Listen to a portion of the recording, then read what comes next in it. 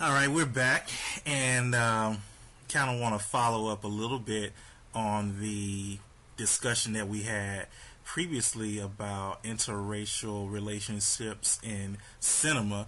Got some really interesting responses, and like I said, just a really good discussion. So, kind of want to follow that up with a similar discussion, looking at interracial relationships in television, or to be more exact, reality television and dating shows.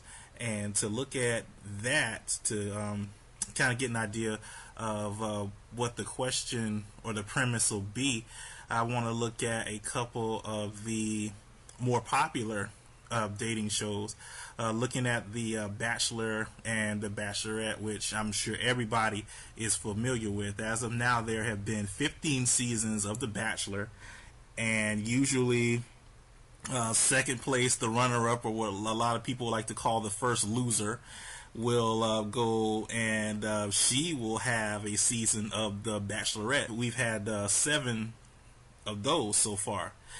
If you look and take a look at the cast that they have. Obviously, the with the Bachelor and Bachelorette being Caucasian, the pool of potential suitors is also heavily Caucasian. There are very few minorities that are in that pool, and to be honest, after a couple of weeks, they're gone anyway. They're cannon fodder. The executive producer, Mike Fleiss, at ABC for The Bachelor and Bachelorette, basically said the reason why they have never had an African American or another minority as the feature face on either one is because blacks don't want to be on the show.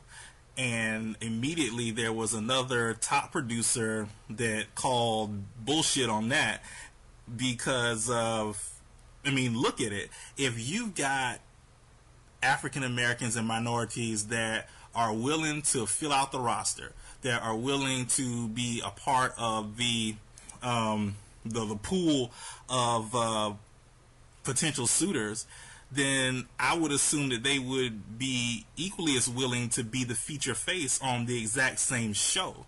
To say that blacks don't want to be on the show, that's ridiculous.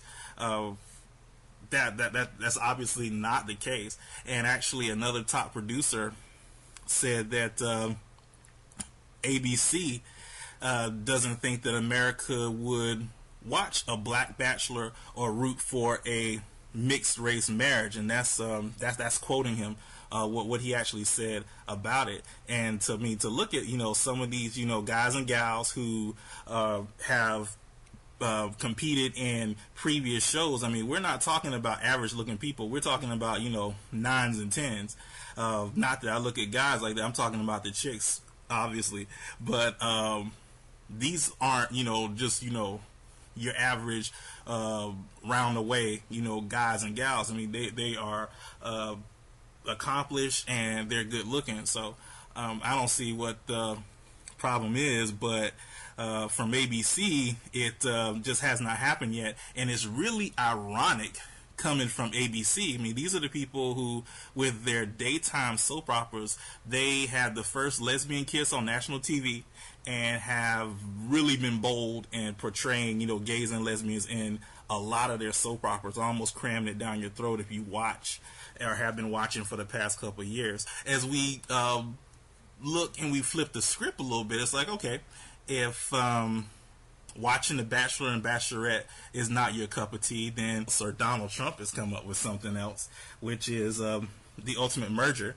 Don't know how many of you are familiar with that, but just picture The Bachelorette in reverse. And if you remember the very first season, you had Omarosa, who was the featured gal on that show, and you had 2 white contestants who were gone by episode 3. And this year they just recently started season 2 of this, and Takara is the featured female for this year.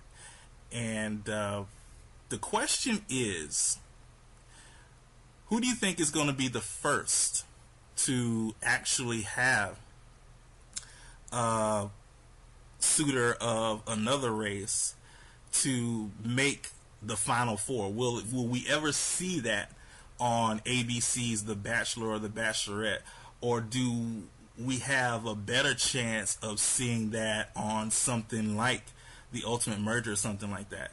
And for some of you who may be thinking, oh well, we saw it in Flavor of Love and all. No, that does not count.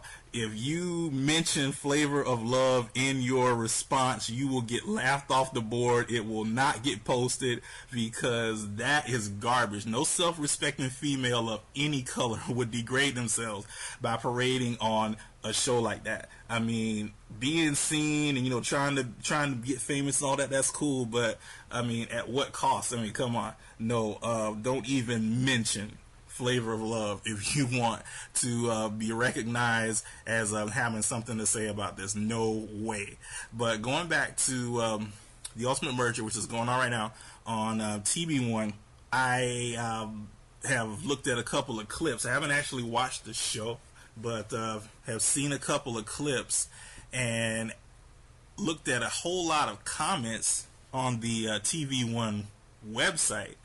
And apparently, I don't know if it's because a lot of the viewers are comparing Takara to Omarosa, but there are a lot of people who are just walking the dog on Takara. And I don't know, like I said, if the comments are legit or if these people are just hating, but there are quite a few people who are not happy with her portrayal of what an African American woman is. And I mean, to be honest, comparing the two, Omarosa is a little bit more polished.